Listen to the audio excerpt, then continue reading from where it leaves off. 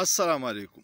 د اسلام آباد سانحې نن دا د درېیمه ورځ ده، خو شهیدانو وارثان ګرځي او څوک ورله لاشونه نه ورکوي. دا کم ظلم او بربریت چې حکومت او ادارو کړی دی دا به د تاریخ حصه وي، خو نن د تاریخ نه یو بل حصه وایم.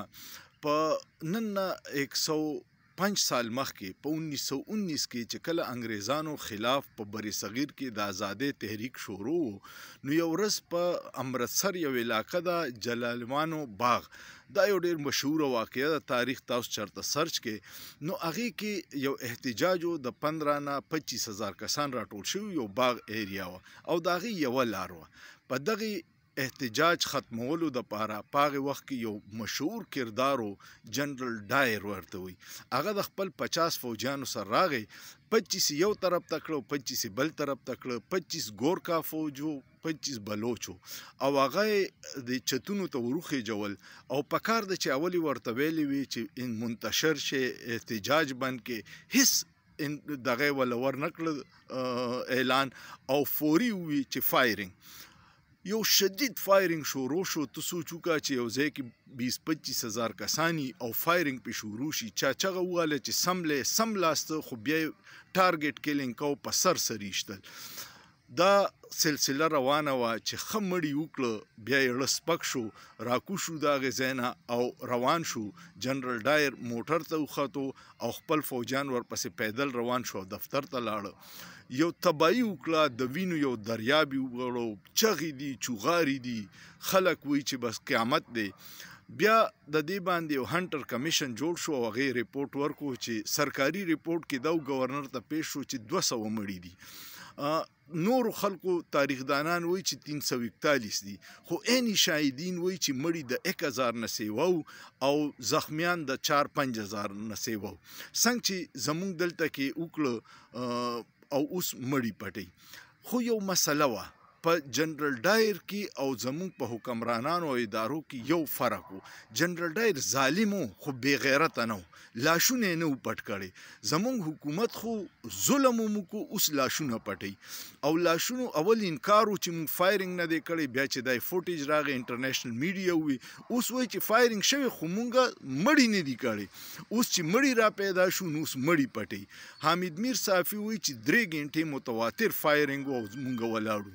بیا پکې داس چلو شو چې اوس د پیښور یو شهید دی، علي شاه نومې دی، د هغه والدین ته پولیس سوال جواب وکړو چې ته د خپل MNA MPA خلاف ویډیو بیان راکړه نو اله به ته مړی وړې. د ډي جي خان یو شهید پروت دی او د هغه ورور ته وایي چې ته افیډیویټ راکړه چې دی په اکسیډنټ کې مړ دی، په ګولۍ نه دی لګېدلی. د ګارډین سټوري راله او هغوی ووایي چې ډېر زیات مړي دي او ډېر زیات زخمیان دي. بیا پرون د BBC نماینده فرات عباس یو سټوري وکړه چې زه پیمز هسپتال ته لاړم او خلکو سره میلاو شوم، نو هر طرف ته قیامت سما وه، تش زخمیان وو، مړي وو پکې. او یو ډاکټر ما ته ووایي چې نوم به مې نالې، خو ما وایي په خپل ژوند کې په یو شپه کې دومره اپریشنونه نه دي کړي څنګه چې مې نن وکړو. او ډېر اپریشنونه مو داسې وکړو چې هغې کې مونږ انستیزیا ته انتظار ونه کړو، نشه مو ور نه کړه، ځکه چې وینه ترې ډېره تلې وه، نو بغیر نشې مو ترې ګولۍ ایستې او زخمونه مو له ګنډل. نو د دې نه اوس عالمي سطح باندې خبرې شروع شوې.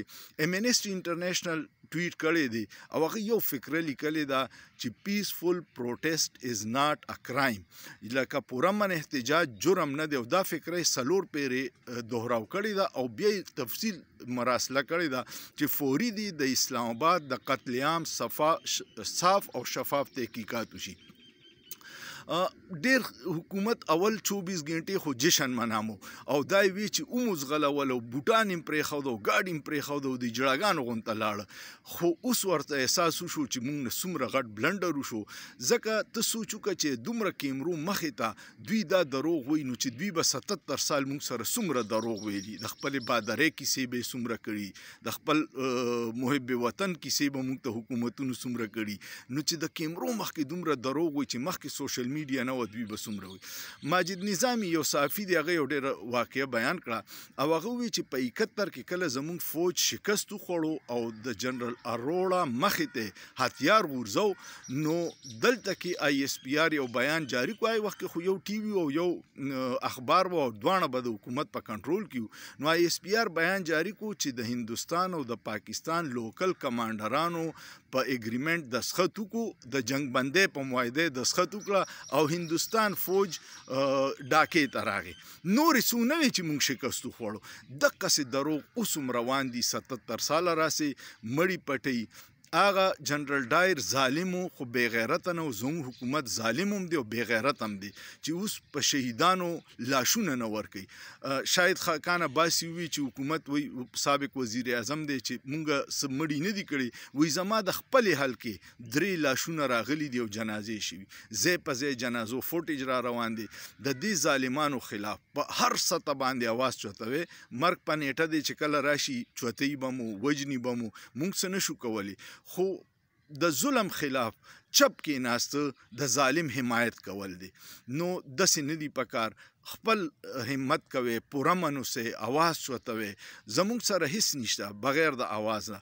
او شهباز ګل نن اعلان وکړو چې سبا صوبایي حکومت هم د 3 ورځې سوګ اعلان کړی دی خیبر پښتونخوا خو شهباز ګل وی چې سبا د دنیا په هر ملک د پاکستان سفارتخانه مخې ته د جمعې د ورځې باندې د دې شهیدانو غایبانه جنازه پکار ده چې د ټولي دنیا ته پته ولګي چې زمونږ باندې یو څومره ظالم رژیم حکومت کوي چې هغه نه عدالت مني نه انصاف مني نه الیکشن مني نه جمهوریت مني صرف ډنډه ده او بې بسه عوام دي.